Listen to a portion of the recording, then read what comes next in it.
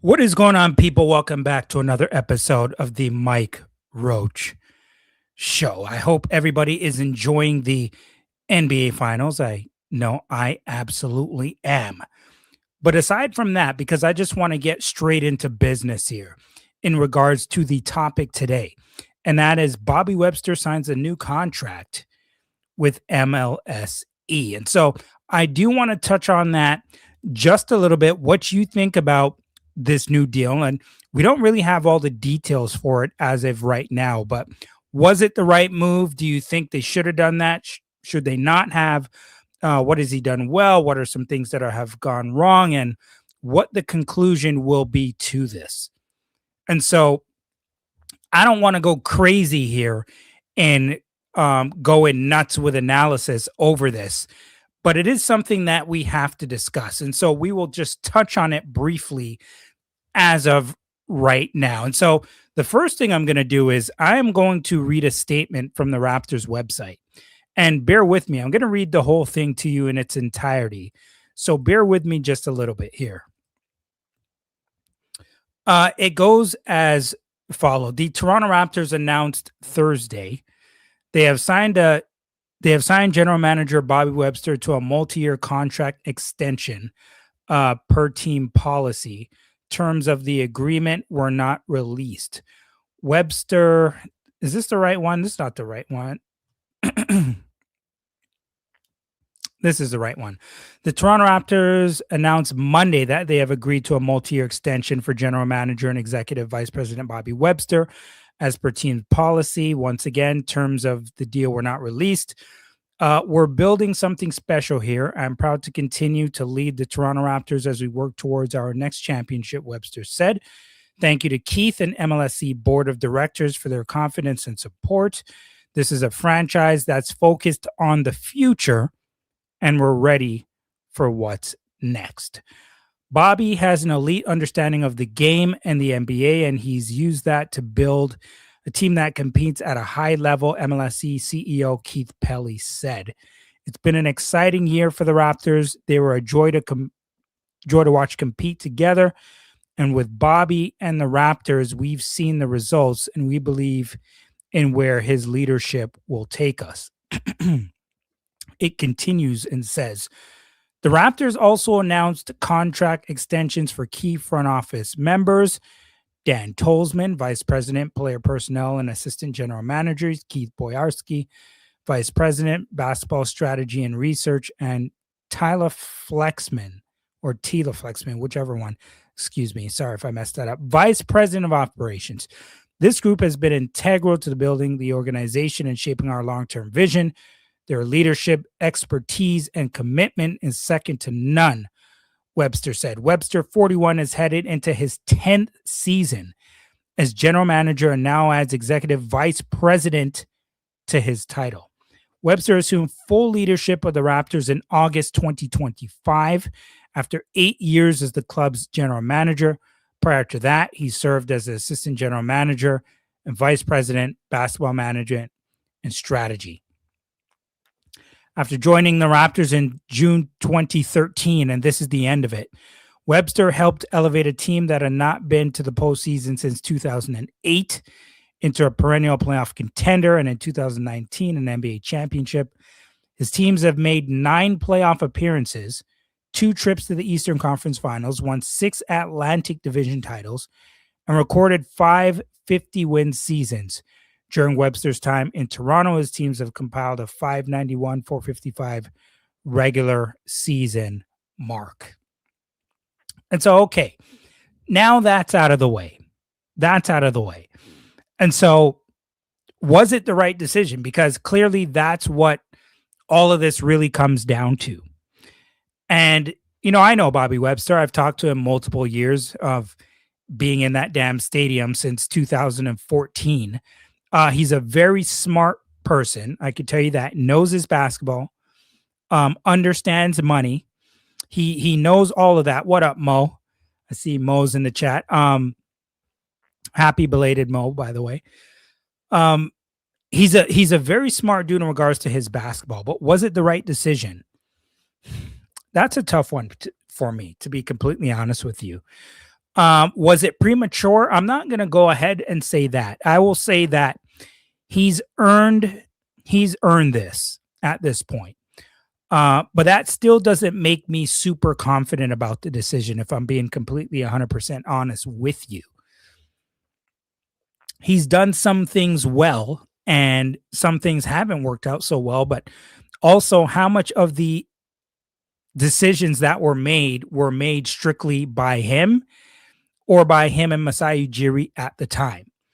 You see, now what I like is, and I'm not saying that this is going to be a competition, obviously, between the Raptors and Dallas, but I think you get a better understanding of where Masai Ujiri is at in his head and where Bobby Webster is at in his head. And like I mentioned, you're not going to put the two teams up together and compete against each other. They're in two completely different places at this point. But I think we're going to get a much better understanding of exactly who the hell Bobby Webster is and what exactly he can do. Here's the thing, though. Here's the thing of why I'm not going to say it was premature, but here's the thing. And I've talked about this before when it came to the Raptors. Okay. A year ago, the Raptors were a 30-win team where they were literally trying to throw games. You added Brandon Ingram into the mix. And of course, he doesn't play when he gets traded here from that trade deadline until the end of the season, right? Like I mentioned, the Raptors were a 30-win team and were trying to lose games, pretty much. After last season and coming into this season, for anybody who's been listening to me for a while, I predicted the Raptors this season would win 47 games. And anybody, and I mean anybody who watches the Toronto Raptors could have predicted that, in my opinion, at least. If you really watch this team finish with 30 wins and try to throw games, literally, and then you add Brandon Ingram into the mix, you get Sandro Mamukelashvili as well, you do well with your development. I mean, it was pretty obvious to me, predicting 47 wins, that it would be around that and you wouldn't be too much off, right? They ended up with 46 wins. Here's where I'm getting at with me mentioning all of this. When you look at the Eastern Conference, right? You weren't sure what the hell was going on with Joel Embiid. You didn't know what the Atlanta Hawks were going to be, even though, yes, we did think they would be better. Jason Tatum wasn't playing, so we didn't know what the hell was going to make out of the Boston Celtics, even though they did pretty well. The New York Knicks, you knew were going to be a decent team, but Milwaukee was going through turmoil. The Miami Heat, we didn't know what the hell was going on with them. Halliburton was destroyed and didn't play all season for the Indiana Pacers. And so now when you're looking at the Raptors on what they were going to be, I was like, yeah, they're going to be a playoff team. Ain't no question about it. And they finished pretty much right around where we thought they were going to be, right? I don't think that came as a big shock to anyone. They finished 5th in the Eastern Conference with those 46 wins. Now, this is what I'm going to say, right? Because that extension that Keith Pelley and MLSE gave to Bobby Webster was based on what we just saw from this past season, right? But like I mentioned, this isn't necessarily the season, if you are a Toronto Raptors fan, that you had to be worried about.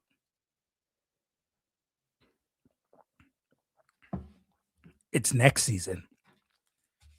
It's the season coming up. That's the point of where I'm getting at. This wasn't the season where you really had to wonder how the Raptors are going to do. They were a 30-win team. You improved by 16 games. This wasn't the season that you got to worry about. It's the upcoming season. It's the upcoming season that you really have to pay attention to. Why do I say that? It's obvious. You're looking at Detroit. They ain't going anywhere right now. They're going to be better. You're looking at Boston. I don't know what the hell they're going to do, but they're not going to be a bad team. They're going to be good. We're literally watching the New York Knicks, one game away from winning a championship right now. They're going to be there. Cleveland is going to be there. Atlanta is going to be there. Indiana is coming back. I can promise you Indiana's coming back. Charlotte is going to improve. They're going to be better. Orlando's going to be around. The Philadelphia 76ers, I don't know what the hell is going to happen with them. But you got Tyrese Maxey on there. They're going to be around somewhere. They are the team that eliminated the Boston Celtics. Whatever Washington is going to be, I have no idea. Milwaukee, no idea. The point of what I'm trying to tell you is the Eastern Conference is going to be better next season than it was this past season. What is going on, Ash YI4TW? That's what I'm saying. And so the East was weaker this year. And so I don't want to listen. I understand that the Raptors were a damn good and improved team this upcoming season. But it's the upcoming season that you really need to pay attention to. This is where now you get to judge how good Bobby Webster and his team actually are.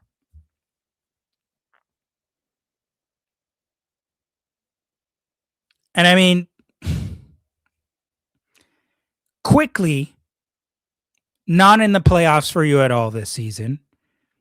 Ingram misses a bunch of games in the playoffs this season. Not a bunch of games, but he missed the back end. And so ultimately, when it comes to even quickly in that playoff setting, we didn't get to see that. We didn't get to see it. And so now you got to look at it as from a standpoint as, okay, pros and cons, right? Because to me, it's going to be easier going from a 30 to 46 win team than a 46 win team going to a 50 win team. Eyes are going to be on the Raptors this upcoming season.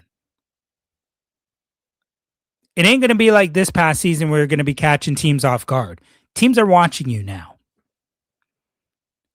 And so what are some of the things that Bobby Webster and his staff have done well, in your opinion, in my opinion? Well, they've drafted well.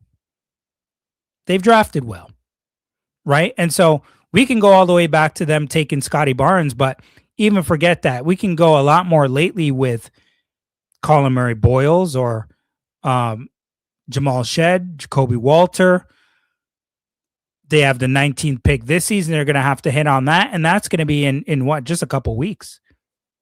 They got to hit. They've developed their talent well, which is very important. You've put the right people in place to develop that talent. Shout out to Courtney Charles, who is in charge of the Raptors 905. There has been cohesion, unity, chemistry amongst the teams. There wasn't any head cases or anything crazy that you had to deal with in terms of players not getting along, coaching staff, all that kind of stuff. So that is something that has been good as well for the Toronto Raptors this past season. And he did help secure a good coach in Darko Rajakovic to lead the charge. And he's now a guy that you're going to have to look at and you're going to have to wonder, are they going to have a contract extension for Darko Rajakovic soon? Because I believe he's going into the last year of his deal. And so you got to look at all of these things. But if you bring up the good, you also got to bring up the bad. You got to be able to bring up both. And I don't necessarily want to go crazy on Bobby Webster for some of the trades and all that kind of stuff that have taken place, because Masai Ujiri was here at that time as well when all these things did take place. And so all of the blame and stuff, whether you like the trade or didn't like the trade, can all be put on him. I see a lot of people online talking about OG Anunoby right now and what they're seeing from him in this NBA Finals. I mean, he's just been stellar, hell of a player. And there's a good possibility that OG is going to be the NBA Finals MVP. There's a chance of that. And so some people are still harping on the fact that you gave him up for Barrett and quickly. Okay, yeah, I understand that, but the circumstances at the time, understandable, I guess, to a certain degree. Maybe agree with it, maybe you don't. It's over with. Like it's happened. It's happened, and now you got to move forward. There are a bunch of things that you can bring up over the years, but I mean, is there really any point right now to do that? At this point, I just want to judge him based off what we saw since Masai Ujiri has been gone. And a few things that you have to bring up are contracts. Just the fact of the matter. They Live 2213 says OG seems happier in New York anyways. Yeah, you're right, he does. And I'm glad you bring that up because oftentimes we really don't know what happens behind the scenes. And at that point, I know that we did hear rumblings about OG Anunoby saying he wanted a bigger role in Toronto. And they didn't know if he was going to be getting that here and all that kind of stuff. Maybe it just came to the point where OG wanted out and it just didn't hit the public at the end of the day. But what I'm saying is, you look at this contract from one Jakob Poeltl, and we have discussed this before. Damn it, I've done a whole show based on this contract from Jakob Poeltl. What are you going to do with that contract? You have a quickly. What's the situation with Barrett? I don't know, but the Raptors have some serious decisions that they have to make.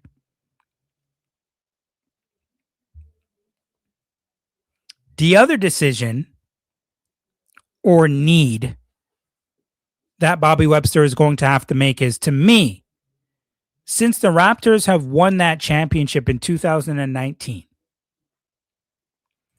one thing that I do realize that annoys the absolute hell out of me is the Raptors have not done a good job finding good quality centers and bigs. That is going to have to change at some point.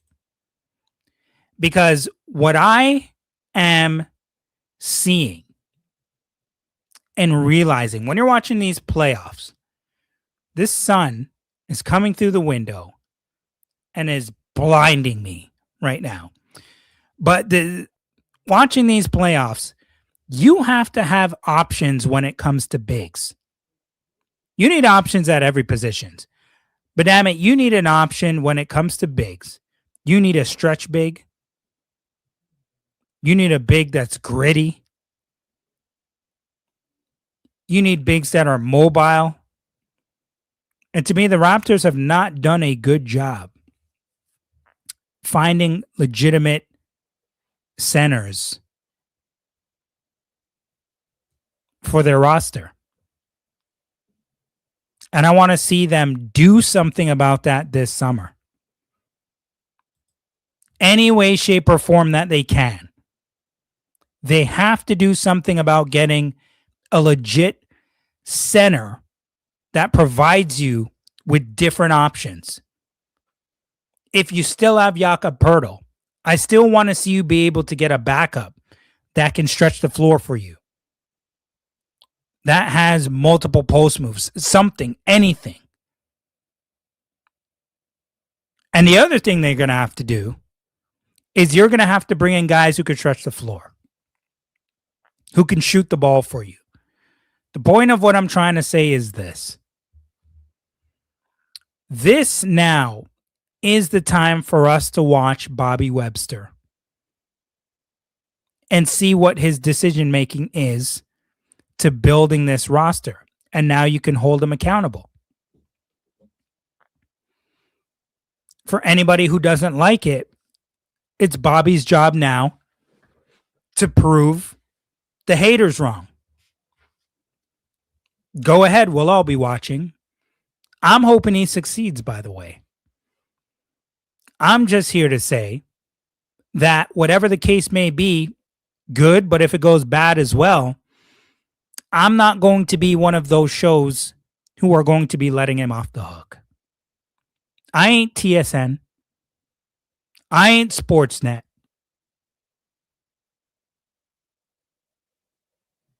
I'm going to say what the hell I got to say. The other thing is bench depth. Bench depth. Unless you got some crazy ass superstars on your team at this point, you're going to need bench depth. They're going to have to figure out a lot of different things during this upcoming off season, which is upcoming. It's now.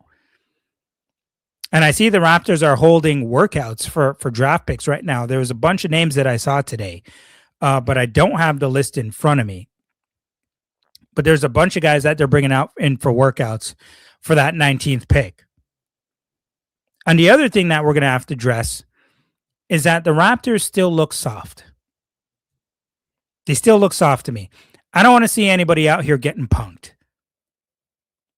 I do not want to see anybody out here getting punked. Like, did you see how the Cleveland Cavaliers went out getting swept in the conference finals? We don't want to see that. I damn sure don't want to see that happen to the Raptors. I don't care who they play getting into the playoff next season, even though that's a long ways away. They Live says, OG seems, I read that one already. Keep Barrett quickly can go. He also says, we are a farm team for the NBA. We were lucky they let us win the chip in 19. You win it, you win it. We need a big like Steven Adams, but younger. Completely agree with that. Just big, ferocious, on the glass all the time. Will throw an elbow if he has to. Is a bit of an enforcer at the same time. All of those things matter. All of those things matter. So in the end, Bobby Webster gets this new deal. He has earned the right to prove himself. And damn it, I hope he does a good job. But I will give fair critique, good or bad.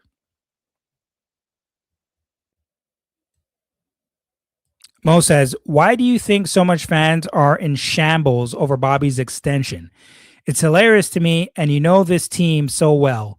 Just saying. I think, Mo, it's because of those contracts. To me, I think that's the big thing that people are looking at, right? The Jakob Poeltl contract is a big one, right? That to me that one is glaring, Mo. That one is glaring. And I think that's what people have the most issues with. I mean, listen, at the time, even people had a problem with Jakob Poeltl's contract. And for anybody who's wondering about the comment, I'll just put it up. This is exactly what Mo was saying here. This is the reason. It's Jakob Poeltl's contract. I think it's the contract of Emmanuel Quickly that people are up in arms about as well. They think it was too much money to give these guys. And I mean, I get it. I understand, right? I get it. I understand. Like there's pros and cons here. But the Poeltl one is a big one. And I think people are harping on that one the most out of all of them. Jakob's contracts was agreed on before coming back. That one I didn't understand. I still don't understand this contract, to be completely honest with you. It's a mystery to me. I'm really interested into seeing how he deals with the money here, because you're still close to going into tax. I think there's going to be a trade somewhere, because is it worth it being that close right up against it if you're not a team that's going to be making any noise? Right? Like you have there's going to be options out here with what you want to do going forward. And I think Bobby has come up with a plan that I'm pretty sure he knows he can execute. And I'm wondering if he spoke to Keith Pelley and MLSE about what his plans are. I'm sure he did before getting this contract, obviously. But to me, there's still some information sitting in the background about this deal that we don't know. Maybe it'll come out, maybe it won't. But there is more information to come out about the terms of this deal, and I, for one, am waiting for it. They know he's extremely good with money, and we know Rodgers has taken over a majority of this thing. And if they're telling you get the money down, do it. We know Bobby's an expert when it comes to that. And I'm sure they're very, very happy about that. But like I mentioned to you earlier, for those who are watching that weren't here, the issue wasn't this past season, it's the season that's coming up. And that's how I'm going to close with this thing. Going from a 30 to a 46 win team, it's going to be harder going from a 46 to a 50 win team. He knows what he's doing running basketball operations. There's no issues when it comes to that. This is strictly just going to be a roster building thing that we're judging you by at this point. You don't have any issues with players. You don't have any issues with staff, people getting along, all that kind of stuff in regards to the money. You know how to control and do all of that stuff. Building this roster is going to be the question. You need shooters. You need another legit big. You have one or two egregious contracts. And I'm being generous. Some people will say it's more than that.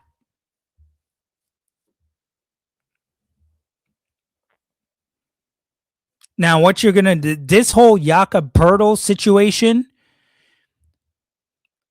unless you're getting somebody disgruntled and sending Jakob Poeltl to a pretty bad team with that needs to eat some cap, you might have to be a magician, Bobby Webster, to figure out how you're going to be dealing with this one. Because I don't know how you're going to do it. But I am looking forward to seeing how he handles the draft and what happens early in free agency. That's what I'm looking forward to see. And so we will let this play out. And sorry I took so long to do this show. I was supposed to do this a few days ago. And I haven't done, this is my first show in about a week and a half, for like 10 days. I have a bunch more episodes coming at you. But damn it, sometimes you just need to touch grass and get away for like 9 or 10 days from a computer screen. At least I do. But at the end of the day, I am really, really interested to seeing what is about to take place for the Raptors in the next month. One more comment I got to read here because it's pretty hilarious, to be honest with you. They Live 2213 says, we are the new Leafs fans. Regardless of how bad they will be, we will watch. That is not true. We will not watch, regardless of how bad they will be. And no one, and I mean no one, can compare to Leafs fans. At Mike Roach 7 on IG, at Mike Roach 23 on X. Make sure you follow, like, subscribe, and share the Mike Roach Show. Get at me in the comments. I always get back to you as fast as I can. And let me know some other topics that you would want to discuss. This is the Mike Roach Show. I got a bunch more stuff coming at you really soon. I'll speak to you again soon. And I'm out.